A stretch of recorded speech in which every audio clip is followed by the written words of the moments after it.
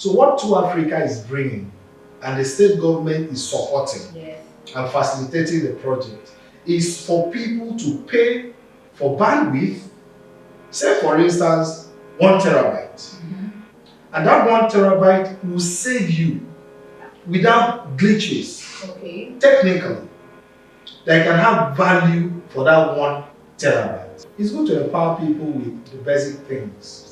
But how about also looking at empowerment in terms of providing bandwidth for our youth, internet service, like free Wi-Fi? Free Wi-Fi for our youth in different locations, even in the rural community, in the different senatorial districts, in the different federal constituencies and all of that. It could even be a constituency project. Exactly. Where you set up a center, all right, for 3 months, 6 months, all right. Let people come in and learn a particular skill.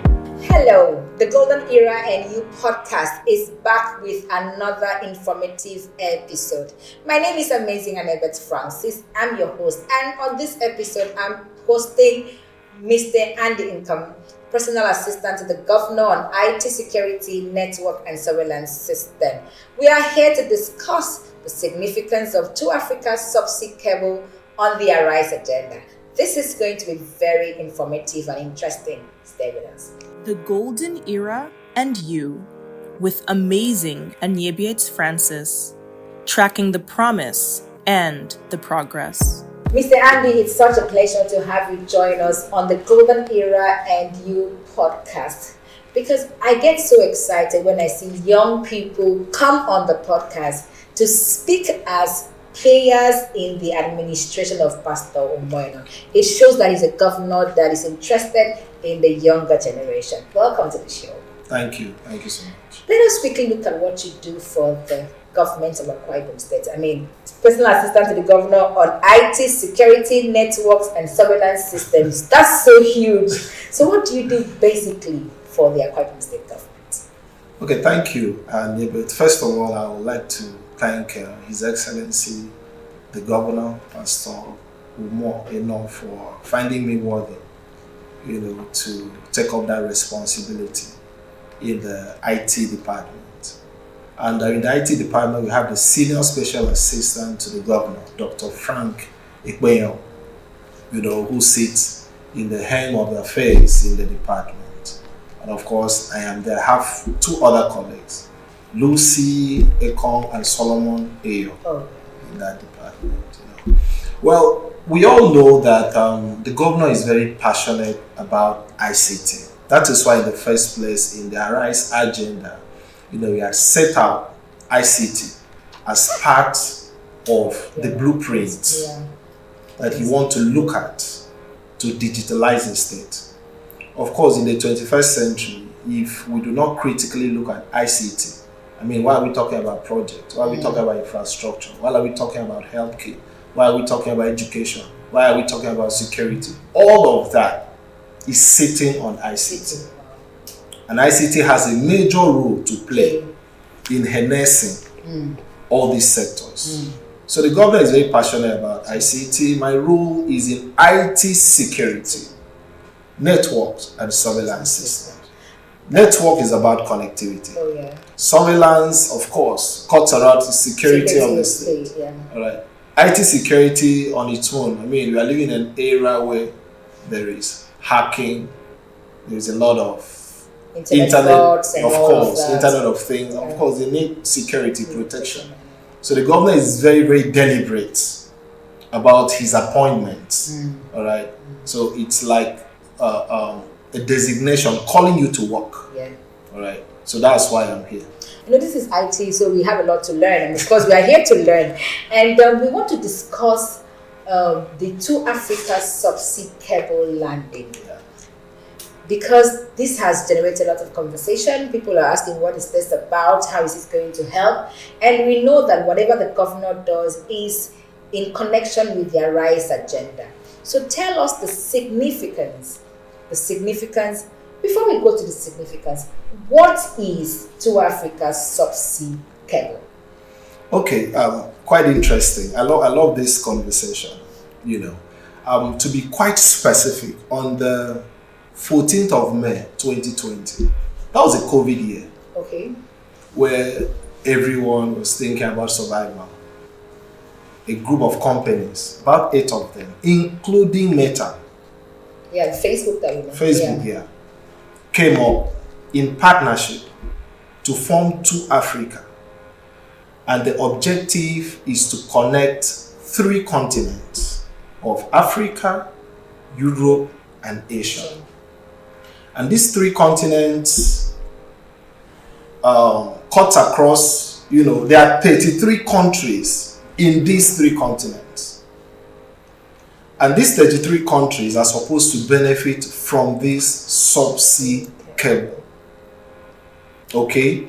Now, the 33 continents of a population of about 3 billion people, which is 36% of the global population, will be benefiting from this connectivity. So what is subsea cable, right? It's a fiber connectivity that will connect these countries, and so that we can have intercontinental collaboration, all right? Countries of Africa, continent of Africa, Asia, Europe, and Asia. Okay, and what they are bringing in is about 180 terabytes per second. All right, that's huge. In IT terms, that's quite huge in connectivity. And what will this cable conduct? Broadband.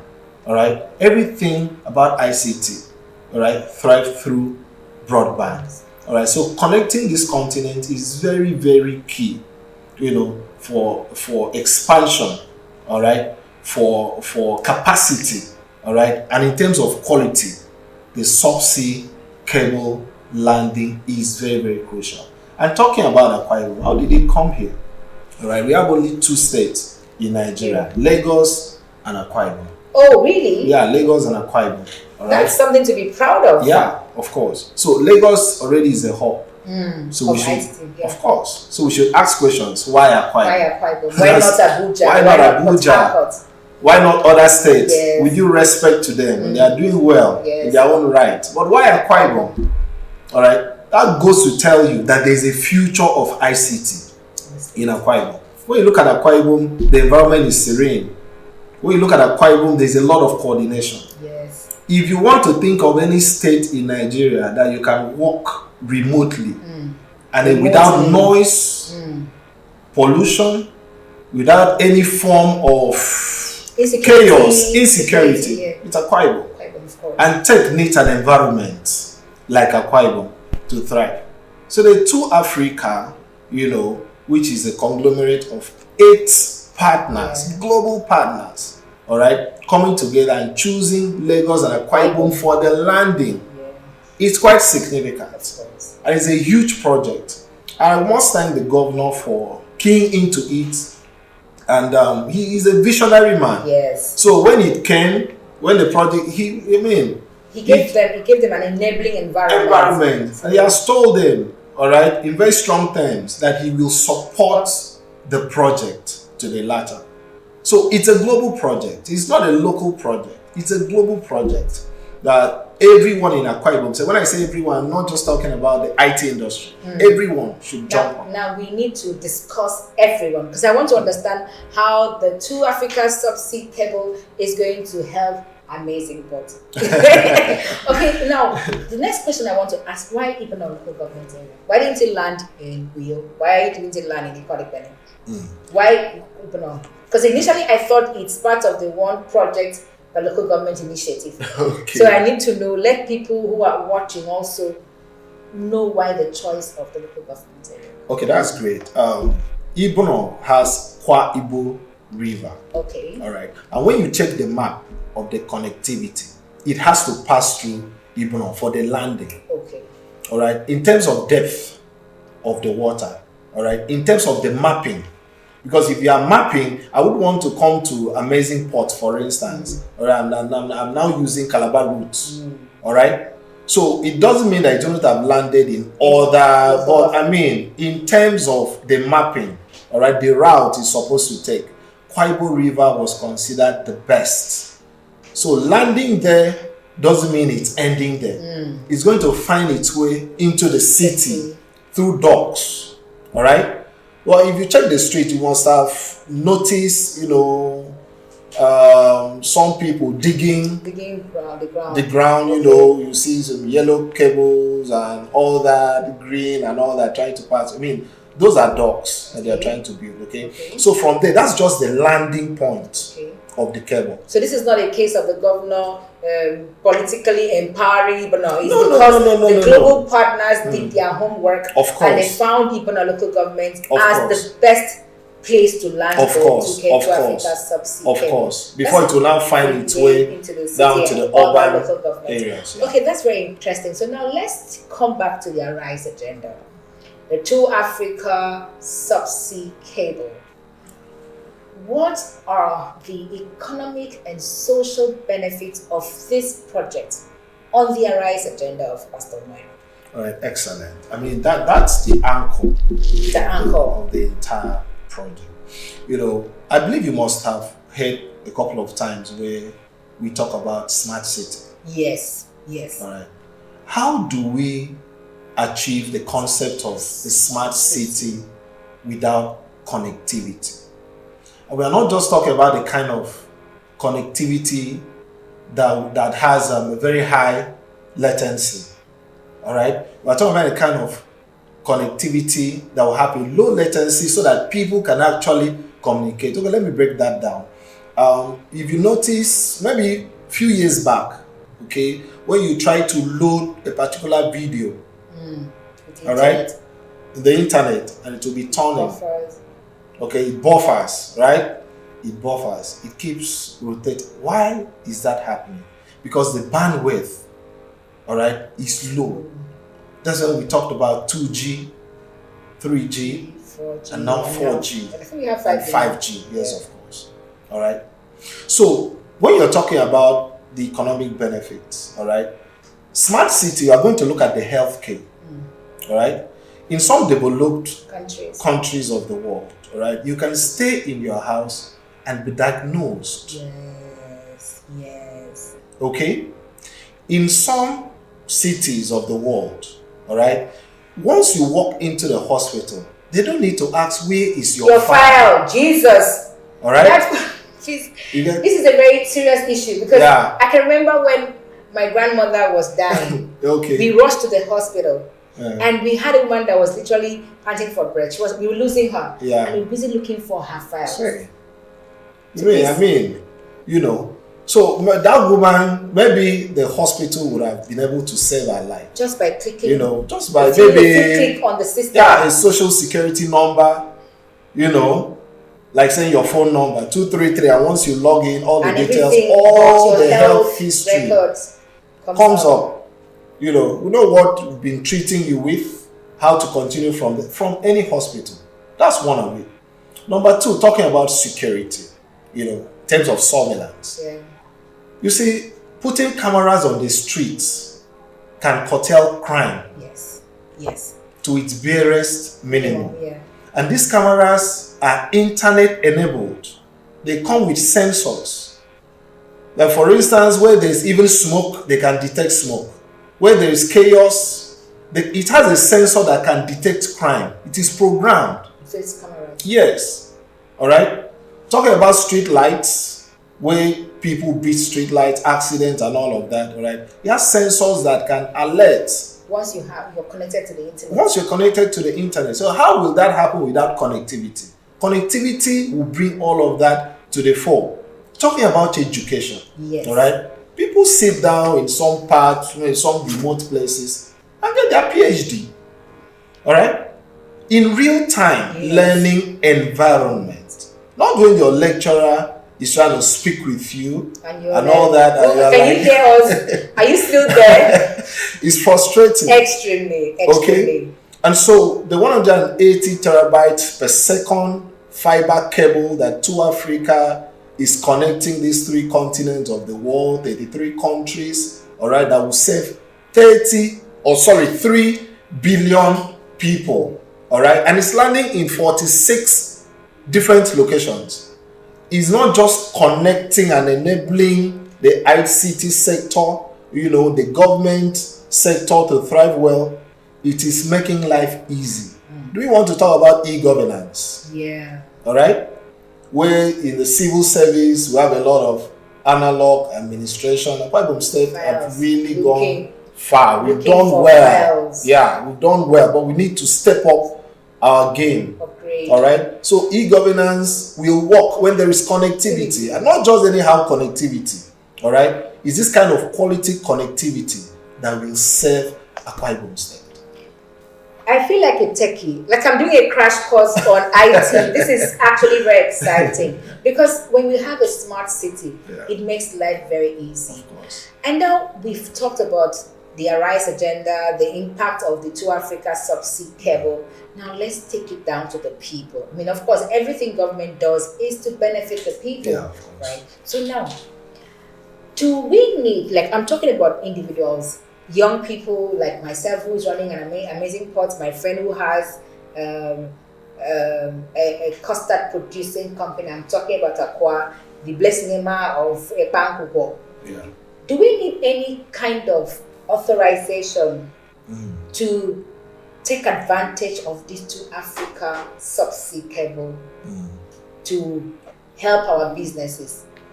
Or the man who has a private clinic, do we need to apply? Would there be an office, an agency that we have to apply and say, okay, we want to leverage these projects to advance our businesses? Is there anything like that? Okay, so, I think that's two questions in one, right? Some consultant that is running a private hospital will have access to this connectivity, through the ISPs, internet service providers. Okay. This connectivity will make things easy. When you talk about internet service providers, who are they? We're talking to people who are watching us. Okay, we're talking about the Airtel, MTN, and all that, the Tisalat, and all so as long as you have any of these people, you have a SIM card, you can connect. Yeah, of course. You subscribe. Yeah, like we do doing before. Wi-Fi and all that. But this time around, what you are being given, quality, capacity, speed is way bigger than before. Way bigger. All right, so you don't have to pay for something you're not getting value for. All right, that's on one side. Okay, now for the people, let's not forget, we are seeing Akwa Ibom in the next 1, 2, 3, 5 years, 20 years as a tech destination. How do our young people prepare for it? How do they tap into this opportunity?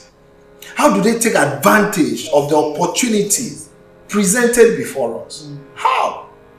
Take for instance, before I began to sit in a classroom setting to have my lectures on tech, all right, I did a few courses online. All right, it was seamless. But then, I know how it would have been if I had a better connectivity. Right. Because in terms of downloading files, there are some heavy files, materials, or some video, some on document format that you need to gain access to. All right?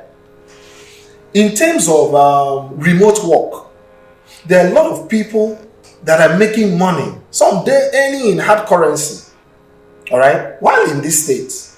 Yes. How do our young people prepare? Now we're talking about job opportunities. Job opportunities, because tech companies are going to come in. Investors are going to come in. Once they know that in Akwa Ibom, so this particular region, that tech can thrive, you can pay and have the value. They can decide to bring even their headquarters or branch or zonal office here. So this, of course, will attract investors. It will attract investors. In the tech sphere. Yeah. I believe that Akwa Ibom State will be a destination. So our young people have to take advantage of this. Think of ways that you can use this connectivity. Content creation is very key now. A lot of people are making money from TikTok, YouTube, even Facebook, all platforms, Snapchat. Mr. Andy, you have mentioned that the 2Africa Subsea Cable is bringing a bigger bandwidth, faster speed. Now, to the end user who subscribes for internet service, does it mean that we are going to pay more money because something better is coming? I believe that everyone that pays for a commodity or a service wants to have value for that service. All right. So, in an instance where you pay for a commodity and you don't have value for that service, it could be frustrating. Yeah. All right. And maybe the projects you needed to do, the things you needed to do will be stopped. So, what 2Africa is bringing and the state government is supporting and facilitating the project is for people to pay for bandwidth. Say, for instance, 1 terabyte. And that 1 terabyte will save you without glitches. Okay. Technically, they can have value for that 1 terabyte. It doesn't mean it will be more expensive.